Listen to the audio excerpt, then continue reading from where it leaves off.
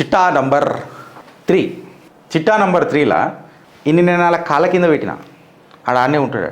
వాళ్ళిద్దరు కాళ్ళ కింద పెట్టిన తొక్కుడు తొక్కుతాం. జరాగు బిడ్డ జరాగు. సంక్రాంతి భోగిమంట కానీ, మహారాష్ట్ర ఎలక్షన్స్ అయిపోయి సంక్రాంతి భోగిమంట కానీ, వివేకానందుడు జయంతి కానీ, మీ అవివేకాన్ని ఎట్లా తొక్కుతాం చూడండి. వివేకానంద జయంతి తర్వాత ఆ భోగి మంటలలో మీరు భస్మం చేయకపోతే చూడు. తాండవ్తో హోగా హర్ హర్ మహాదేవ్, హర్ హర్ మహాదేవ్ తాండవ్ హోగా.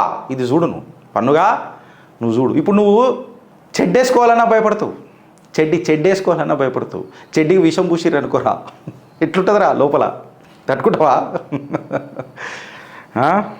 అయితే ఈడేం చెప్పిండు, ఖాళిస్తానీ టెర్రరిస్ట్ పన్ను threatens to attack Ram Mandir అని అన్నాడు.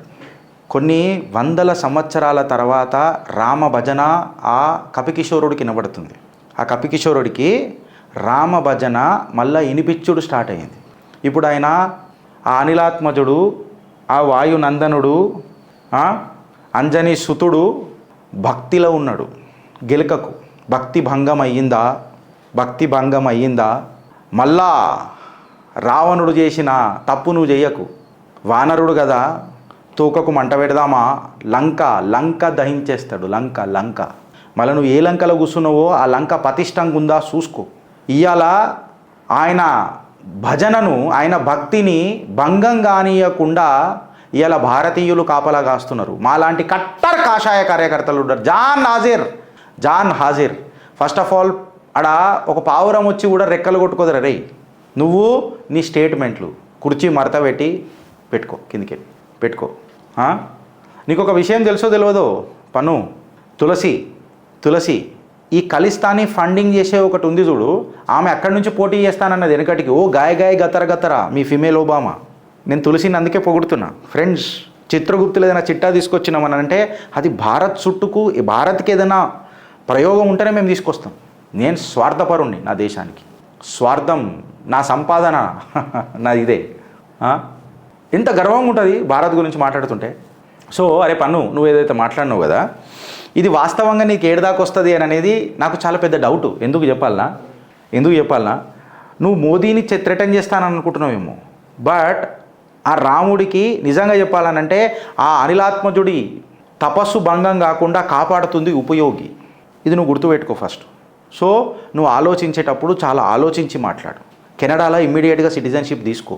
వాడు కూడా ఏం మాట్లాడాడు, ఆబ్వియస్గా డస్ట్బిన్ ఉన్నది కదా, ఆ డస్ట్బిన్ కూడా ఏం పెద్దగా మాట్లాడాడు. ఇక సీదా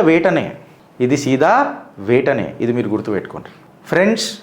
నేను ఇంకోటి సింపుల్గా ఏం చెప్తున్నానంటే, ఇవాళ రామ మందిరం ఏమవుతుంది అని చెప్పి నా అప్రమత్తం మీరు పెట్టుకోకుండ్రి. It has a layers of security. చిన్న చిటికే అంత డౌట్ వచ్చినా పొగబెట్టి తొర్రలకేం తీస్తారు. భారత్ నలుమూలలకేం తొర్రల పెట్టికేం తీస్తారు. ఇక అయిపోయింది. ఇక నేను చెప్తున్నా కదా, మోదీ గారి స్టేట్మెంట్ ఏక్ హే తో సేఫ్ హే, బటేంగే తో కటేంగే, ఎక్సెట్రా ఏవైతే స్టేట్మెంట్స్ ఇలా భారతదేశంలో ఉన్నాయో, ఇలా ఆబ్వియస్గా ఒక పొలిటికల్ పార్టీ ఇట్లాంటి స్టేట్మెంట్ తీసుకుంటుంది అంటే ఒక పొలిటికల్ పార్టీ ఎంత అగ్రెసివ్గా నేషనలిజంని ప్రమోట్ చేస్తుంది అని అనేది మనం గర్వపడాలి. The bread on our table and our child's future are absolutely safe. కేవలం ఆప్ తయారీ కరు. మీకు చేతులు జోడించి పాదాభివందనం చేస్తున్నాం. మీరు ఆలోచించాల్సిన అవసరం కూడా లేదు. ఇక మీరు కేవలం నమ్మకం పెట్టుకోండి.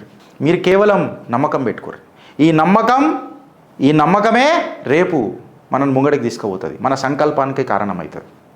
రామ ప్రాణ ప్రతిష్ఠ చేసుకున్న ఈ నేలల రామరాజ్యమే ఉంటుంది తప్ప రజాకర్ల రాజ్యం రాదు.